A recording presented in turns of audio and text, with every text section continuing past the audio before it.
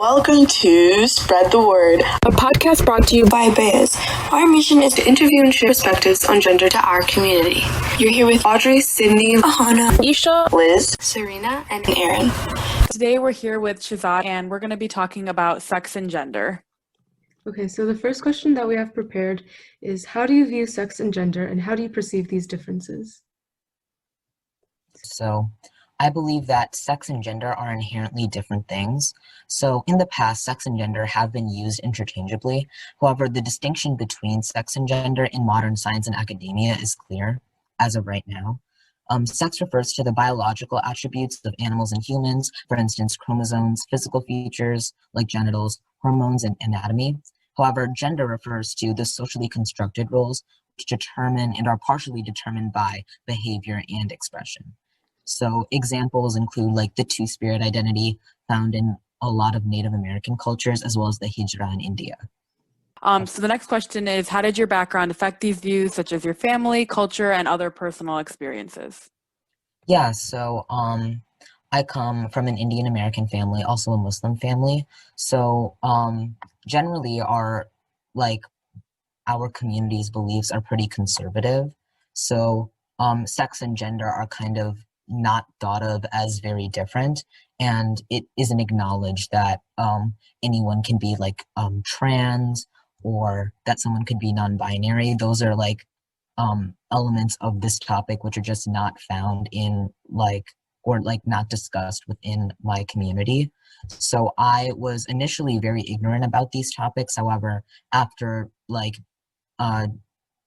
becoming part of the IMSA campus and being introduced to a lot of new ideas, I was able to learn a lot about sex and gender relations. So how do you think you kind of educated yourself and started that path? Well, the first time I heard about trans people, it was I was just a little confused, right? Because trans inherently being a medical term is confusing for the average American, right? Especially a child. It's for any of us, conceptualizing the idea of being trans is a difficult topic the first time we come into contact with it. So I immediately just wanted to do research, and through my research, I learned a lot. Okay, so how do you think these differences affect different communities? So I believe that in a lot of community, well, as I said before, gender is a social construct. So the idea of gender in various cultures is different. For instance, in Western culture, I'm primarily talking about Western Europe, then Canada, United States, Austria, and New Zealand. They all believe, at least right now, that there are only two genders, male and female. However, virtually across every society, there is some sort of not male, female, man or woman, in terms of gender. However, in certain societies, like I explained in India and in a lot of Native American societies, there are other genders as well.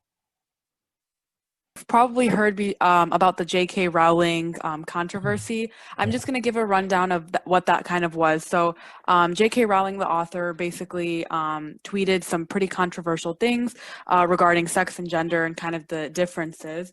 So a lot of people found those tweets kind of offensive, especially to those communities. So the tweets read, "If sex isn't real, there's no same-sex attraction.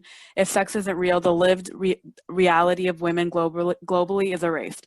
I know and love trans people, but erasing the concept of sex removes the ability of many to meaningfully discuss their lives. It isn't hateful. It isn't hate to speak the truth." Mm-hmm. Okay, so my opinion on this is nothing of what J.K. Rowling said semantically was transphobic. However, I could basically compare her statements to when neo-Nazis say race is real. Sure, no one would disagree the fact that race as a concept or as an idea exists. However, pragmatically, neo-Nazis, when saying race is real, are not arguing that race as a construct is a thing. Their argument is that there are distinct and concrete racial differences in terms of abilities such as intelligence, and therefore some races are better than others. Similarly, never does J.K. Rowling directly say trans women are not women or trans men are not men. However, she's just as neo-Nazis in a public forum would never say white people are inherently superior to black people, obviously with the exception of few. Rather, J.K. Rowling hints at the fact that trans people are erasing the lived reality of biological females, saying like, I just believe sex is real, or we all used to agree on the definition of womanhood. The difference between the semantic and pragmatic meaning of a statement is extremely significant. When J.K. Rowling, who is absolutely would be considered a trans exclusionary radical feminist, says, I believe in the importance of biological sex, the pragmatic meaning of what she is saying is that she believes sex determines gender. No activist or the broad community of whom she is criticized has ever denied the existence of sex or said that sex is not important in general. However, trans activists only say sex is not important when discussing transgenderism, and this is absolutely correct. Pragmatically, J.K. Rowling is arguing against the fact that sex is not a part of someone's gender identification, and this is where the problem arises. Saying that sex determines gender is transphobic, as by that definition, no trans woman, trans man, or non-binary person is ever going to be recognized as their identity. And the invalidation of their identity is the primary cause of the high suicidality in the trans community. So quite literally, J.K. Rowling is perpetuating ideals and rhetoric which reinforces ideas that literally result in the deaths of trans people, which is why I personally believe her comments are very transphobic, especially because of her huge audience. Yeah, I agree. And then also, I think after coming out of that, she also didn't apologize. She kind of just kept reinforcing what she was saying as if it wasn't offensive to any community. So I definitely agree with that.